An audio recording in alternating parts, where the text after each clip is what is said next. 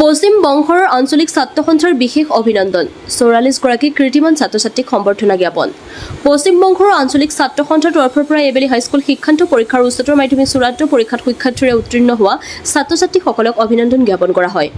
প্ৰাঞ্জল কলিতাৰ সভাপতিত্বত বামুণ্ডী তৰুণ সংঘ আৰু পুথিভঁৰাল প্ৰেক্ষাগৃহত অনুষ্ঠিত অভিনন্দন অনুষ্ঠানত উদ্বোধন কৰে সদৌ কামৰূপ জিলা ছাত্ৰ সন্থাৰ উপসভাপতি সুৰজিৎ কলিতাই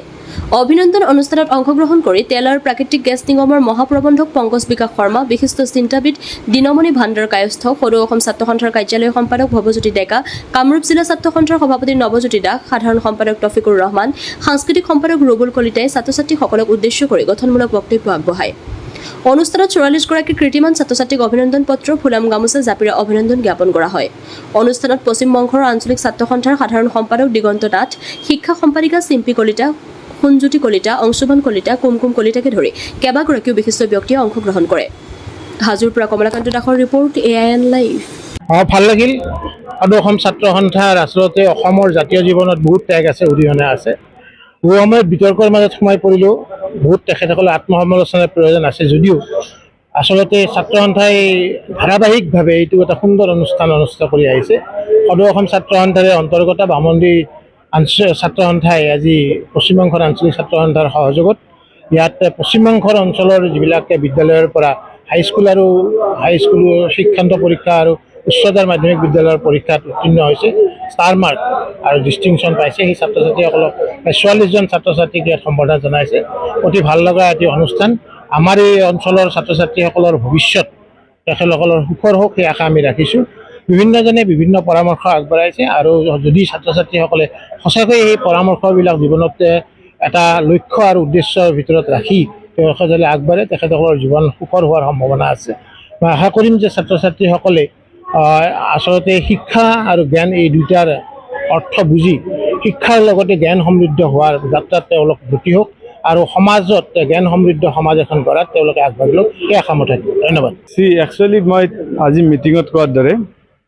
প্ৰত্যেকটো ষ্টেজৰ যিটো সফলতা সেই সফলতাটো আমি চেলিব্ৰেট কৰা উচিত গতিকে তেওঁলোক সৰুতে যদি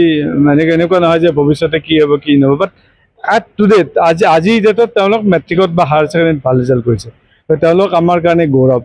তেওঁলোকক আমি যিটো হয় এইটো মানে সম্বৰ্ধনাত ডেফিনেটলি কৰা উচিত আৰু এইটো তেওঁলোকক ডেফিনেটলি উৎসাহটো দিবই আজিকালি অসমৰ প্ৰায় চব চুকে কোণে এনেকুৱা ধৰণৰ অনুষ্ঠান পাতে আৰু বিশেষকৈ আমাৰ ছাত্ৰ সন্থাৰ কাৰণ ছাত্ৰ সন্থাটো মানে কি তেওঁলোকৰে এক অনুষ্ঠান তেওঁলোকে নিজৰ ষ্টুডেণ্টখিনিক এই যিটো উৎসাহ প্ৰদান কৰিছে definitely I am very happy আৰু মানে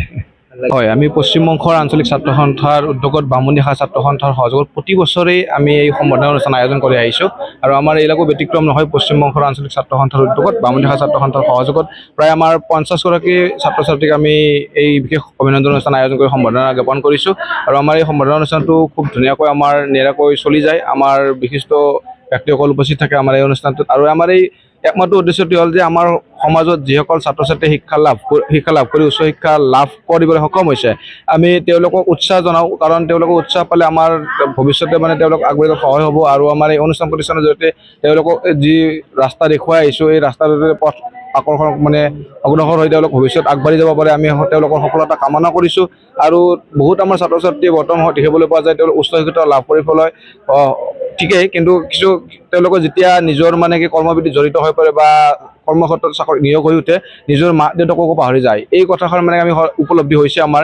যাতে তেওঁলোকে নিজৰ মাক দেউতাকক পাহৰি নাযায় নিজৰ সমাজখনক পাহৰি নাযায় নিজৰ মূল যি